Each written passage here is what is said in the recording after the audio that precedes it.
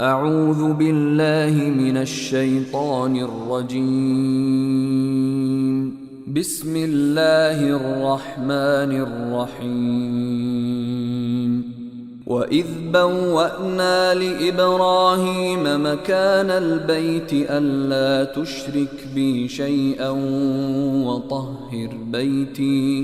وطهر بيتي للطائفين والقائمين والركع السجود.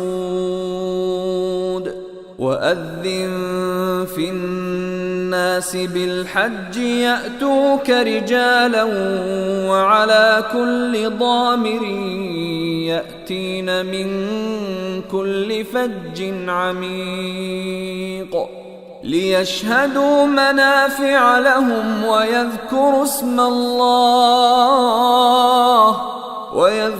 اسم الله في أيام معلومات على ما رزقهم من بهيمة الأنعام فكلوا منها وأطعموا البائس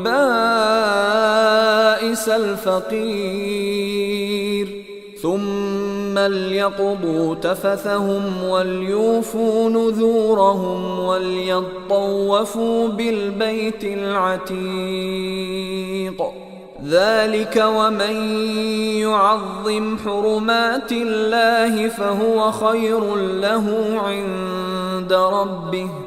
وأحلت لكم الأنعام إلا ما يتلى عليكم فاجتنبوا الرجس من الأوثان واجتنبوا قول الزور حنفاء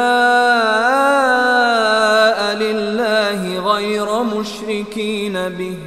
ومن يشرك بالله فكأنما خر من السماء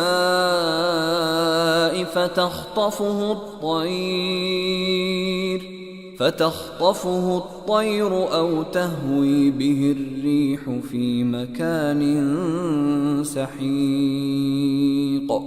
ذلك ومن يعظم شعائر الله فإنها من تقوى القلوب. لكم فيها منافع إلى أجل مسمى ثم محلها إلى البيت العتيق. ولكل أمة جعلنا منسكا ليذكروا اسم الله على ما رزقهم من بهيمة الأنعام فإلهكم إله واحد فله أسلموا وبشر المخبتين الذين إذا ذكر الله وجلت قلوبهم والصابرين على ما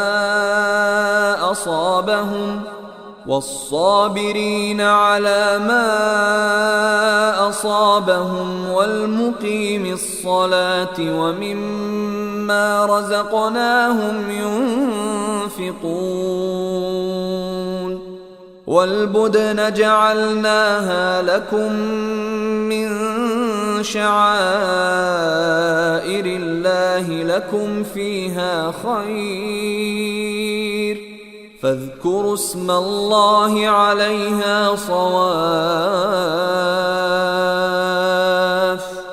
فإذا وجبت جنوبها فكلوا منها وأطعموا القانع والمعتر كذلك سخرناها لكم لعلكم تشكرون. لن ينال الله لحومها ولا دماؤها ولكن يناله التقوى منكم كذلك سخرها لكم لتكبروا الله على ما هداكم وبشر المحسنين إن الله يدافع عن الذين آمنوا إن الله لا يحب كل خوان كفور.